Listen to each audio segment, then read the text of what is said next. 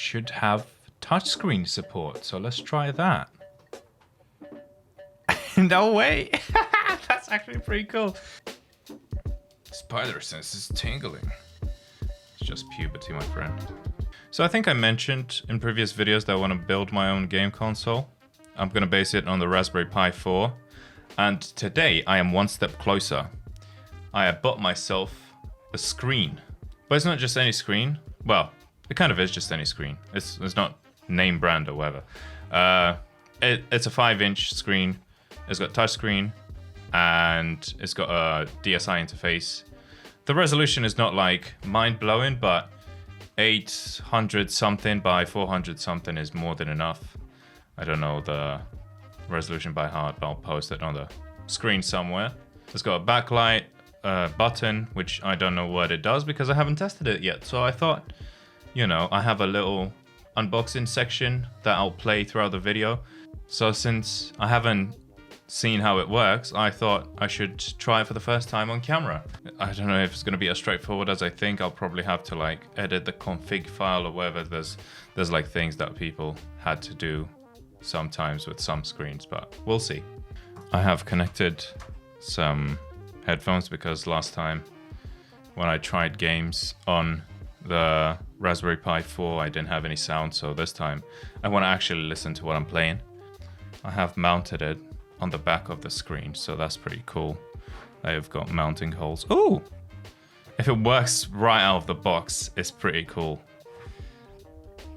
Oh, I can see something. RetroPie, there we go, there we go. Let me see if I can angle this so that you can see it on camera, but I can also see something because at the moment it's not very great for me. I didn't even know, but it does make a sound when you select stuff. I'm gonna struggle a little bit. This looks very small. Oh no, don't tell me the gameplay is gonna be like this. Oh, Stan Lee has got a cameo in this. Oh, nice. All right. Cool. It looks even better on the screen because I was playing it on my monitor and it was very blown out and like, you know, the anti-aliasing or whatever, it wasn't the greatest in the world.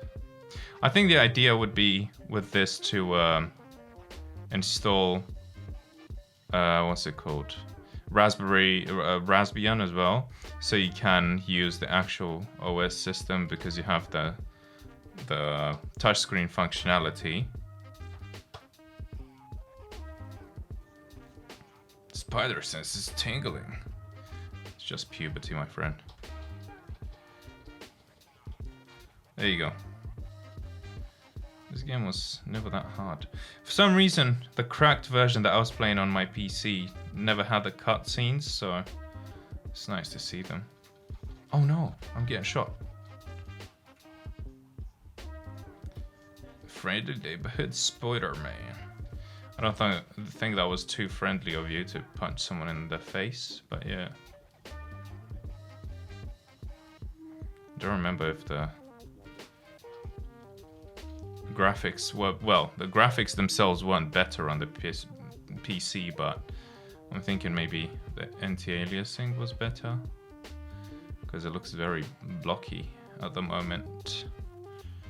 And like you can see stuff shifting as soon as it starts to like the Raspberry Pi starts to render them.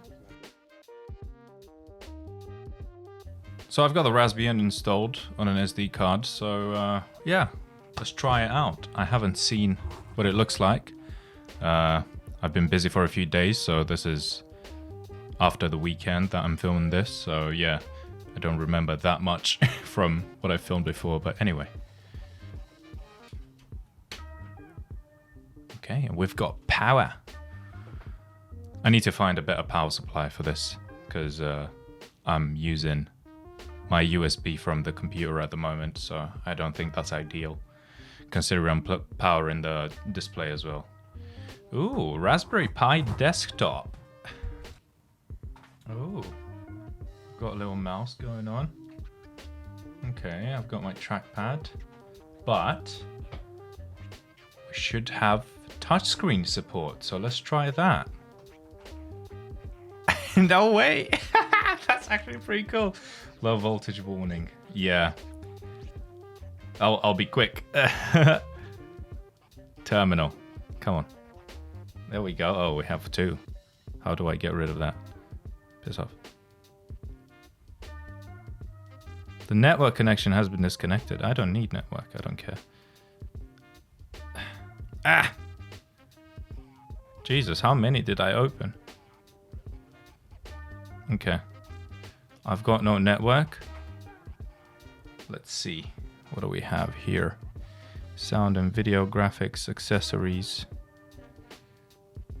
Raspberry Pi diagnostics. I know it. You can install like Minecraft on this or something, but I don't know if I should try it in this video because I don't have any cooling or anything set up. We're having a heat wave in the UK at the moment, so yeah, I feel bad for this Raspberry Pi, and also my power supply is not ideal, but yeah, this is it. Like, you can, let's go to the file finder. It's taking a little bit, but oh shit, how am I gonna move this?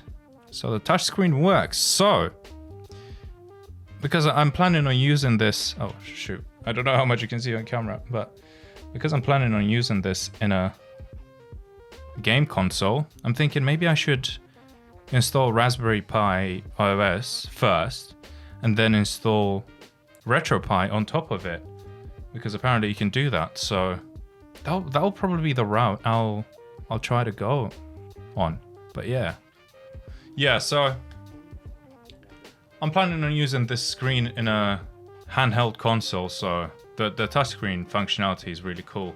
Basically, you'll have like a bootleg Steam Deck. But yeah, till then, I'll keep working at stuff. I need to figure out how am I gonna build a control interface for it. You know, speakers, coolers, all that good stuff. Battery management is actually probably the toughest task I've seen. There's a few people that make something for the Raspberry Pi, so you can use a battery on it, but the capacity of the battery is not really that impressive. It's 5,000 milliamps, which is good for a phone, I suppose, but for a gaming device, and especially now that I have the screen taking power from that as well, it'll be a bit of a challenge. Maybe I'll be able to find something that can power, like build something with independent like batteries and some power management board or something. I don't exactly know what I'm even heading towards or what I'm throwing myself at, but that's the beauty of research and discovery. I hope you enjoyed this little demonstration of this screen. I think it's really fun. I'm really excited to see what the project that I have in mind is going to turn out like. And yeah, till then, I'll probably look into CAD, because that's something I need to get brushed up on. I haven't used Fusion in like ages, and I can't even use it anymore now, and definitely can't afford to pay for it. So I found Onshape. They've got a very good alternative, I think. It's in the cloud as well, so that's pretty impressive. If it works well, and it probably will for my applications, you know, it'll be like a dream software. Yeah. Anyway, that's it for me, so see you in the next video.